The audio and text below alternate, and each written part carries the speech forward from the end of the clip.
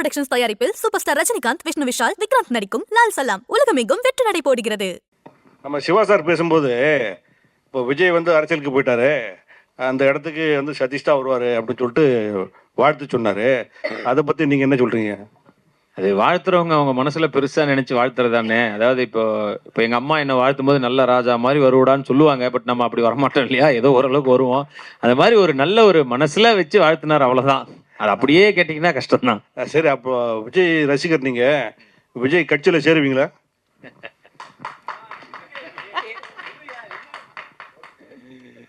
நம்ம ஓட்டு போடுறது வந்து யாருக்குமே வெளியே சொல்லக்கூடாதுன்னு சொல்லுவாங்க, அதனால சொல்லலை. பட் கண்டிப்பா வந்து நம்ம எல்லாருடைய சப்போர்ட்டும் இருக்குன்னு நான் நம்புறேன். அதுதான் அப்படி மாற்றி சொல்ல வந்தேன். திருப்பி நீங்க அதையும் வந்து சேர்ந்துதான் அதை பண்ணணும்னு அவசியம் இல்லைண்ணே. இப்போ விஜய் சார் படத்துல நடிச்சா மட்டும்தான் நம்ம அந்த படத்தை வந்து இது பண்ணணும்னு கிடையாது இல்லையா. நான் வந்து ஒரு ஆடியன்ஸாவே பார்ப்பேன் இல்லையா, அதனால சேர்ந்துதான் பண்ணணும்னு அவசியம் இல்லை. இல்ல எனக்கு புரிஞ்சிச்சுண்ணே. அவர் நான் ஹிந்தியில கேட்கிறாரு, ஏதாவது கேட்கிறாரு தமிழ்ல.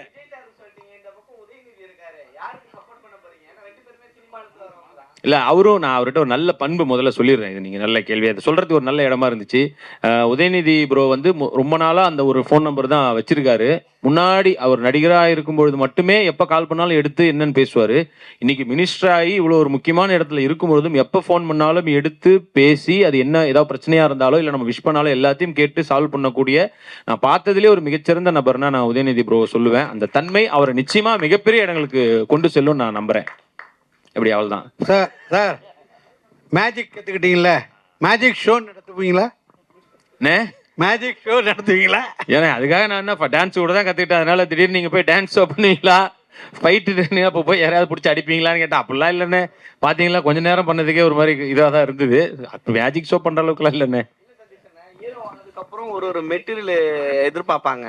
பட் இந்த படத்துல வந்து பார்க்கும்போது உங்களுடைய டிரான்ஸ்ஃபர்மேஷன் வந்து நல்லா இருக்கு. ஏன்னா டான்ஸ் செமையா பண்ணிருக்கீங்க. நன்றி நன்றி. அது யாரு, உங்களுடைய உழைப்பா இல்ல டான்ஸ் மாஸ்டர் கண்டிப்பா ஆடணும்னு சொன்னாரா? டான்ஸ் மாஸ்டர் தான் கண்டிப்பா நல்ல ஸ்டெப்ஸ் நிறைய போட்டு இதை நீங்க ட்ரைனிங் ரிஹர்சல் பண்ணுங்க வரும்னு சொல்லி நம்மளை தட்டி கொடுத்து வேலை வாங்கினது தான். ஸோ நிச்சயமா அவருக்கு தான் அந்த பெருமை அனைத்தும் போய் சேரும். படத்துல டபுள் 2 ரோல் வரீங்க. ஆனா டைரக்டர் உங்களுக்கு ஹீரோயினே கொடுக்கலன்றாரு. இதுல யார வித்தைக்காரன்னு நினைக்கிறீங்க, நீங்களா டைரக்டரா? வித்தைக்காரன் அவனாதான் இருக்கணும். ஏன்னா டைரக்டர் தான் ஒரு படத்தோட முக்கியமான இதுன்றதுனால அவன் தான் வித்தைக்காரனா இருக்கணும். அது எம்எல்ஏ இருக்கிற பழைய ஏதோ கோவம், அதனால தான் வந்து அந்த யாரோ நம்பர் கேட்டாங்க கொடுக்கலன்னு நினைக்கிறேன். அதனால வந்து எனக்கு ஹீரோயினா இல்லைன்னு சொல்லிட்டு இப்படி பண்ணி விட்டான். அவன் தான் வித்தைக்காரன். திருட்டு கதை இன்னும் உங்களுக்கு என்ன தோணும்? அது வேற. நான் பேசும்போது எல்லாரும் வந்து இது திருட்டு கதைன்னா கதை திருட்டு இல்ல, கதையில ஒரு திருட்டு வருது. அதுதான் அதை நான் கிளாரிபிகேஷன் கொடுக்கணும்னு நினைச்சேன். கதையில் ஒரு திருட்டு இருக்கிறது. ஆமா, திருடும் கதை, திருட்டு கதை அல்ல. அதான் என்ன ஏன்டா ஏன் மூஞ்ச பார்க்கும்போது ஏன்டா அவனுக்கு அப்படி தோணுச்சுன்னு. நன்றி. இல்லைண்ணே, அது நான் ஏன் அப்படி சொன்னேன்னா, அப்போ நான் சொன்ன ஒரு சின்ன கிளாரிஃபிகேஷன் மட்டும் கொடுத்துறேன். ஒரு த்ரில் படம் ஒன்று எடுக்கணும், ஒரு சேசியா ஒரு ரேசியா ஒரு படம் ஒன்று எடுக்கணுன்ற போது சதீஷ் வச்சு ஆக்ஷன் ஒன்று எடுக்க முடியாது. ஸோ ஒரு பெரிய வில்லன் வச்சு ஒரு 4 சும்மா ஆட்கள் வர வச்சு இன்டர்வல் ஃபைட் ஒன்று வச்சு பண்ண முடியாதுன்னு எனக்கு தெரியும். பட் இருந்தாலும் எனக்கு அந்த த்ரில் எலிமெண்ட்டாக தான் படம் பண்ணணும். ஒரு சஸ்பென்ஸ் த்ரில்லரா ஒரு என்கேஜிங்காக தான் படம் போகணும், ஒரு என்டர்டெய்னிங்காக தான் படம் போகணுன்ற போது அதுக்குள்ளே இருக்கிற ஒரே ஒரு பிளாட் பார்த்தீங்கன்னா கொள்ளையடிக்கிறதுன்றது எனக்கு எல்லா ஆடியன்ஸும் பார்க்கும்போது கொஞ்சம் யார் நடிச்சாலுமே சரி, சதீஷ் மாதிரி வளர்ந்து வரவங்க நடிச்சாலும் சரி, அது பார்க்கும்போது சுவாரஸ்யமாக இருக்குன்றதுக்காக தான் அந்த கொள்ளையடிக்கிற கதைன்னு ஃபர்ஸ்ட் பிடிச்சேன். ஒரு குரூப் போட்டோ எடுத்துக்கலாம். தேங்க்ஸ்ண்ணே, எல்லாருக்கும் ரொம்ப தேங்க்ஸ். நன்றி. மிக முக்கியமா இப்ப இந்த படத்து விஷயம் மட்டும் இல்ல, பொதுவாகவே இன்னொரு முக்கியமான நன்றி சொல்ல வேண்டிய இடம் வந்து தளபதி விஜய் சாருக்கு நான் ஃபர்ஸ்ட் சொல்றேன்.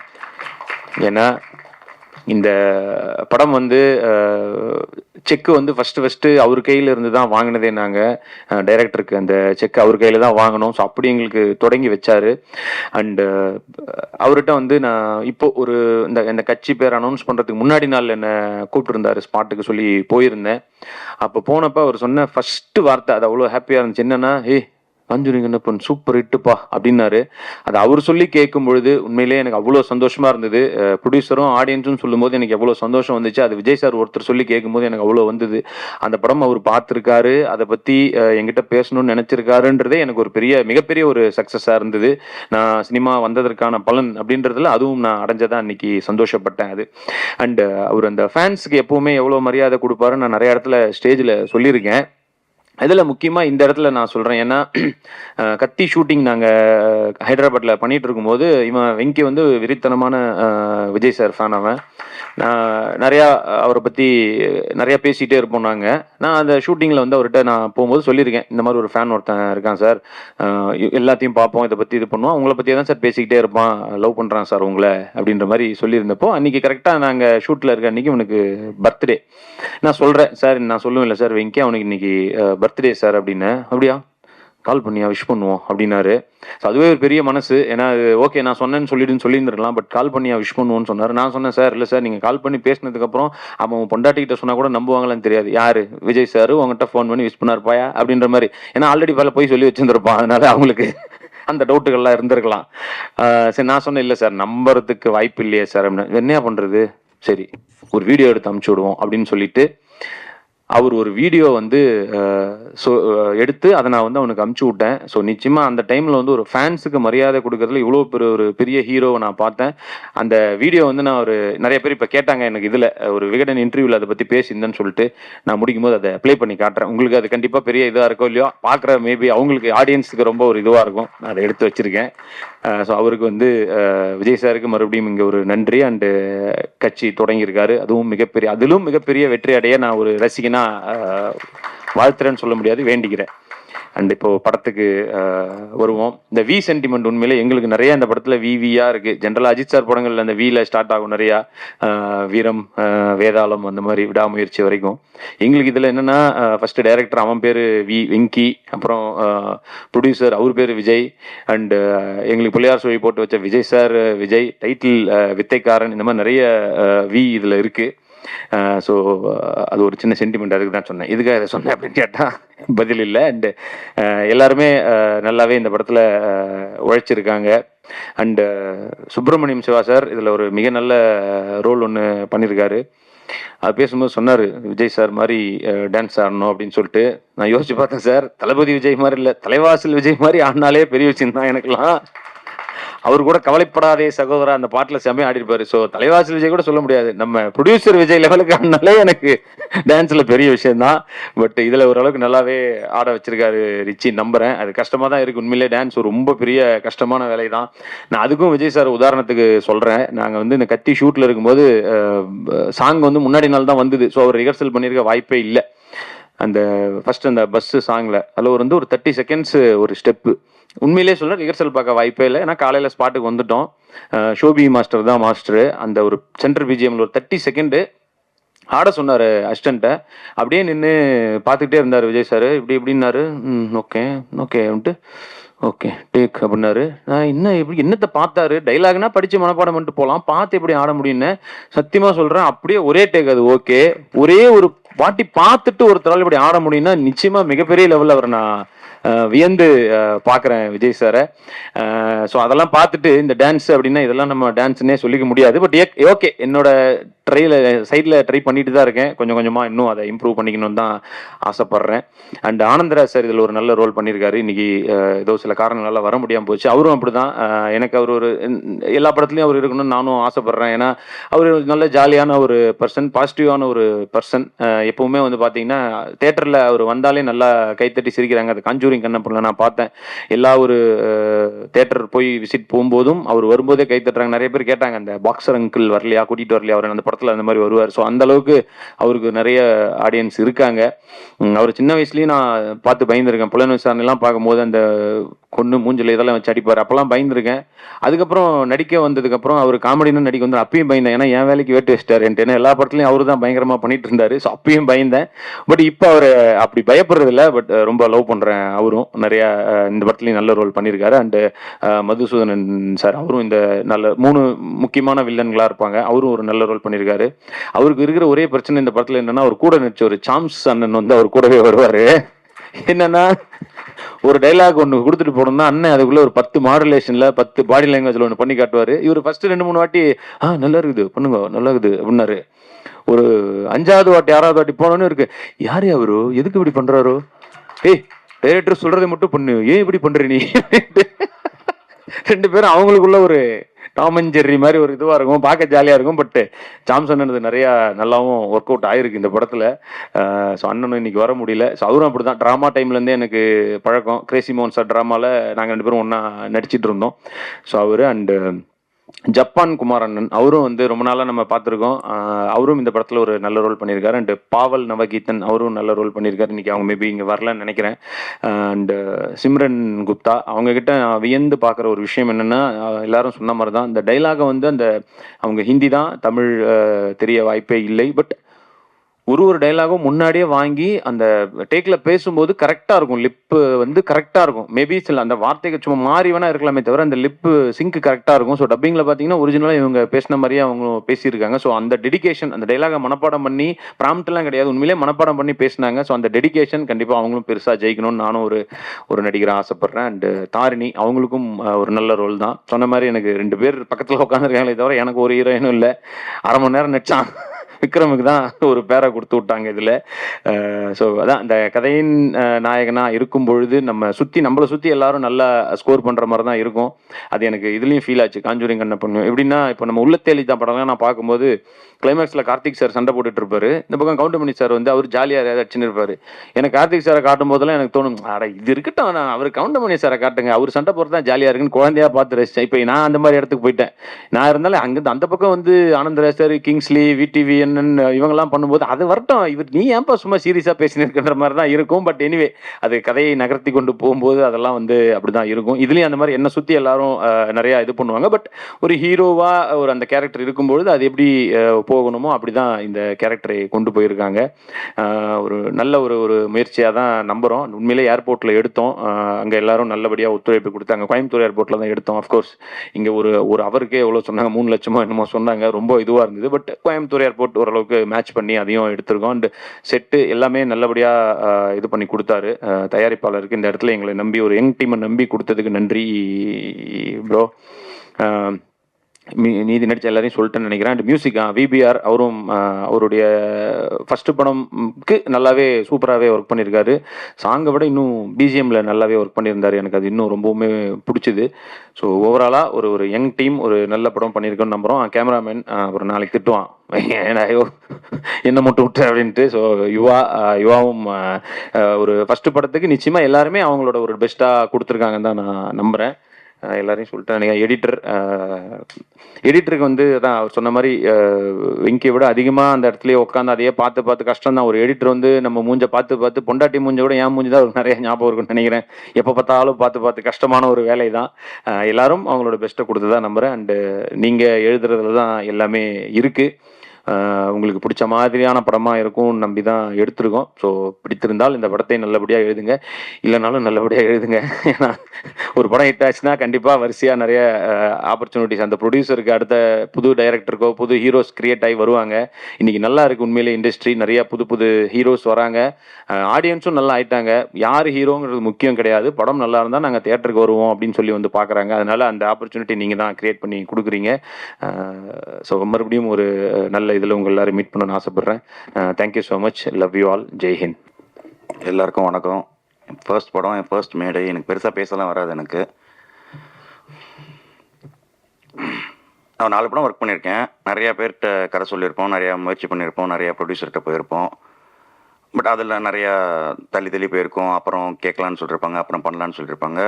பட் அதான் பிக் திங்ஸ் ஹேப்பன் சடன்லி, உடனே நடந்துடும் அப்படின்னு சொல்லுவாங்க. அந்த மாதிரி நான் விஜய் சார்கிட்ட போய் கதை சொன்ன உடனே எனக்கு ஓகேன்னு சொல்லிட்டாரு. அந்த ஒரு 2.5 மணி நேரம் கதை கேட்டிருப்பார். 2.5 மணி நேரம் கதை கேட்டு அடுத்த ஒரு 5 நிமிஷத்தில் என்ன வேற என்ன ஒர்க் பண்ணிருக்கீங்க, வேற என்ன எக்ஸ்பீரியன்ஸ் அப்படிலாம் கேட்டார். அது கேட்டுட்டு நான் ஓகே நான் படம் பண்ணுறேன் அப்படின்னு சொல்லிட்டாரு. சதீஷ் தான் எனக்கு அங்கே அமுச்சு வச்சாரு. ஸோ அங்கேருந்து படம் ப்ரொசீடாக வந்து. So first I would like to thank producer sir. Thanks sir. அப்போ நான் கேட்டதெல்லாம் நிறையா கொடுத்தாரு, கேட்குறது தாண்டி நிறையா கொடுத்தாரு. படத்தில் பார்த்தீங்கன்னா உங்களுக்கு தெரியும். அப்புறம் சதீஷ் என்ன படத்தோட ஹீரோ, ரொம்ப வருஷம் ஃப்ரெண்டு எனக்கு. நான் ரொம்ப வருஷமாகவே ஃப்ரெண்டு. சரி ஒரு ஹீரோ ஆகிட்டார் அப்புறம், சரி ஒரு ஹீரோவாக படம் பண்ணலாம் அப்படின்னு சொல்லி பேசி ஒரு முடிவெடுத்து இந்த கதையை ஃபஸ்ட்டு ஃபைனலைஸ் பண்ணோன்னா அவருக்கு ரொம்ப பிடிச்சி போச்சு. அதுக்கப்புறம் அந்த படம் தொடர்ந்து பண்ண ஆரம்பிச்சிட்டோம் அப்படியே. Thanks for Sathish for giving me the dates and acting in my movie. அடுத்தது யுவா. நானும் அவனும் மாஸ்டரில் ஒர்க் பண்ணோம். நான் டைரக்ஷன் சைடில் ஒர்க் பண்ணேன், அவன் சினிமாட்டோகிராஃபி சைடில் ஒர்க் பண்ணான். அதான் படம் இந்த மாதிரி ப்ரொடியூசர்கிட்ட கிடச்சிருச்சு ஓகேன்னு உடனே நான் அடுத்த கால் பண்ணது அவனுக்கு தான். கால் பண்ணிட்டு நம்ம படம் பண்ணுறோம்டா அப்படின்னா, என்னென்ன சொல்கிறீங்க அப்படின்னு கேட்டான். ஆமாண்டா நம்ம படம் பண்ணுறோம், நீ வா நான் கதை சொல்கிறேன் அப்படின்னு சொன்னான். கதை கேட்டான். ஆப்வியஸ்லி அவன் தான் படம் பண்ணுறான் அப்படின்னும் போது அவன் எந்த கதைனாலும் ஓகே தான் சொல்ல போகிறான் அவன். பட் அந்த கதை கேட்டால் அவனுக்கு நல்லா இருந்தது, பிடிச்சிருந்தது சொன்னான். அதுக்கப்புறம் அவன் அதுக்கு ஒன்று இன்போர்ட்ஸ்லாம் எடுக்க ஆரம்பித்தான், நிறையா ஒர்க் பண்ண ஆரம்பித்தான். அப்புறம் என் ஃப்ரெண்டு, என் படத்தோட அசோசியேட் டைரக்டர் அபிலாஷ், அவன் தான் இந்த கதையில் ரொம்ப எனக்கு ஹெல்ப் பண்ண ஆரம்பத்துலேருந்து. ஃபஸ்ட்டு நானும் அவனும் பேசும்போது ஒரு திருட்டு கதை எழுதலாம், ஒரு ஹைஸ்ட் பற்றின படம் பண்ணலாம் அப்படின்னு யோசிக்கும் போது நான் இதில் ரொம்ப ஸ்ட்ராங்காக இருந்தேன். எனக்கு சதீஷ் தான் ஹீரோன்ற போது ஓகே ஒரு திருட்டு கதை எழுதலாம், அது இன்னும் கொஞ்சம் ஈஸியாக இருக்கும் நமக்கு. இல்லை அது அந்த அர்த்தத்தில் இல்லை, சதீஷை வச்சு இது வரைக்கும் பண்ணாத ஒன்று பண்ணலாம் அப்படின்ற ஒரு முடிவு ஒன்று எடுத்து அது பண்ணிடலாம் அப்படின்னு யோசித்தோம். அப்புறம் ஜியாகிரபியாக யோசித்தோம், எங்கே போய் கொள்ளையடிக்கலான்னு. இது வரைக்கும் கொள்ளையடிக்காத இடமா இருக்கணும், நகைக்கடை, துணிக்கடை, அந்த மாதிரி காலேஜ், பேங்க், அந்த மாதிரி ஆல்ரெடி பார்த்த இடமா இருக்கக்கூடாதுன்னு ரொம்ப யோசிச்சு நானும் அவனும் தான் ரொம்ப யோசிக்கும் போது நான் அவன்கிட்ட கேட்டேன், எது கொள்ளையவே நான் ஒன்றுனா சொல்லிட்டே இருந்தான். நான் இல்லைடா வேணாண்டா நான் கேட்டேன், சரி கொள்ளையை அடிக்க முடியாத உடனே ஒன்று இருக்கணும்டா, அது எதிரா அப்படின்னா. இப்போ ஏர்போர்ட்லாம் போய் கொள்ளையடிக்கணும், நீ போய் அடி அப்படின்னாம. அப்போ தான் சரி அப்போ ஓகேடா ஏர்போர்ட்டில் ஃபிக்ஸ் பண்ணுறேன், ஏர்போர்ட்லாம் கொள்ளையடிக்க முடியாதா அப்படின்னா. இல்லைடா அப்போ அடிக்கிறோம் நம்ம, அதுக்கு எழுத ஆரம்பிச்சிடலாம் அப்படின்னு சொல்லி தான் ஃபஸ்ட்டு பிள்ளையார் சொல்லி போட்டது அவன் தான். அதுக்கு தேங்க்ஸ் மச்சான்.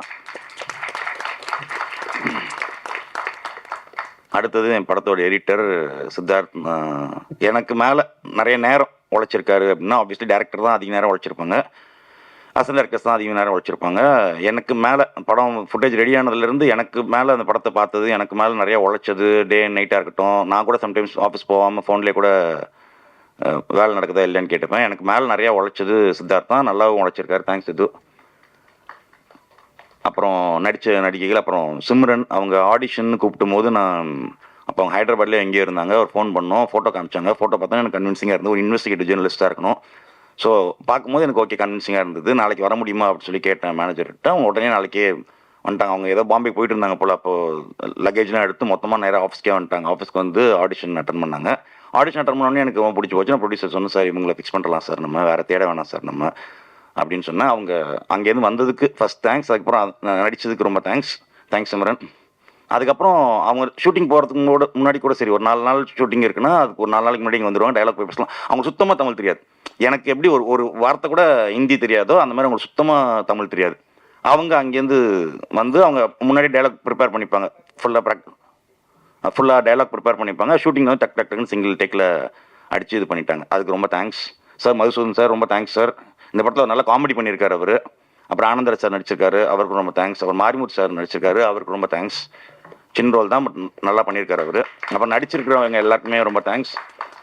அப்புறம் ரிச்சி இந்த படத்தில் பாட்டு கொரியோ பண்ணியிருக்காரு, நல்லாவே பண்ணியிருக்காரு. அது அவருக்குமே எனக்கு வேலை இருக்காது பெருசாக, நம்ம ஆக்ஷன் சொல்ல கூட தேவையில்லை, நம்ம பாட்டுக்கு ஒரு ஓரமாக சேர் போட்டு ஜாலியாக உட்காந்துருக்கலாம்.